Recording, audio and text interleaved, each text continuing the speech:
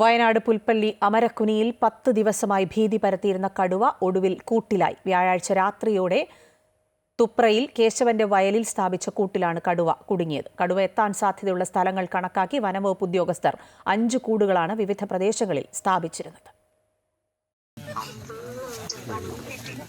നാടിനെ വിറപ്പിച്ച കടുവ കൂട്ടിലകപ്പെട്ടതിന്റെ ആശ്വാസത്തിലാണ് നാട്ടുകാർ. 8 വയസ്സുള്ള പെൺകടുവയാണ് കൂട്ടിലായത്. 11 ദിവസം വനംവകുപ്പിന്റെയും വെറ്ററിനറി സംഘത്തിന്റെയും RRDയുടെയും സംഘങ്ങൾ മയക്കോടി വെക്കാനായി വലിയ തോതിലുള്ള നിരീക്ഷണങ്ങൾ നടത്തിയെങ്കിലും കടുവയെ കണ്ടെത്താൻ സാധിച്ചിരുന്നില്ല. ഡ്രോൺ ഉൾപ്പെടെ ഉപയോഗിച്ചും പരിശോധന നടത്തിയിരുന്നു. ആളുകൾ പരിഭ്രാന്തിയിൽ തുടരുന്നതിനിടെയാണ് കടുവ കെണിയിൽ കുടുങ്ങിയത്. കടുവയെ കുപ്പാടിയിലെ മൃഗപരിപാലന കേന്ദ്രത്തിലേക്ക് മാറ്റി. പരിക്കുള്ള കടുവയ്ക്ക് തുടർ ചികിത്സ നൽകുമെന്ന് ചെതലയം റേഞ്ചർ പറഞ്ഞു. കടുവ കുറച്ച് ക്ഷീണിതനായിട്ടാണ് കാണുന്നത്. ആരോഗ്യ നില കൂടുതൽ വിശദമായ ഡോക്ടറുടെ പരിശോധനയ്ക്ക് ശേഷമേ വ്യക്തമാകൂ. അതിന് നൽകേണ്ട ചികിത്സകളെല്ലാം ഡോക്ടറുടെ നിർദ്ദേശപ്രകാരം അവർ നൽകും. ശേഷം കടുവയെ തുടർ നടപടികൾ എന്ത് ചെയ്യണമെന്ന് ബഹുമാനപ്പെട്ട ചീഫ് വൈൽഡ് ലൈഫ് വാർഡന്റെ നിർദ്ദേശപ്രകാരം സ്വീകരിക്കുന്നതാണ്.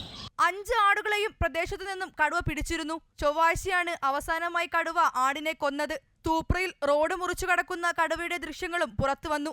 ഇതിനു പിന്നാലെയാണ് കടുവ കൂട്ടിൽ കുടുങ്ങിയത്. അമൃത ന്യൂസ്, വയനാട്.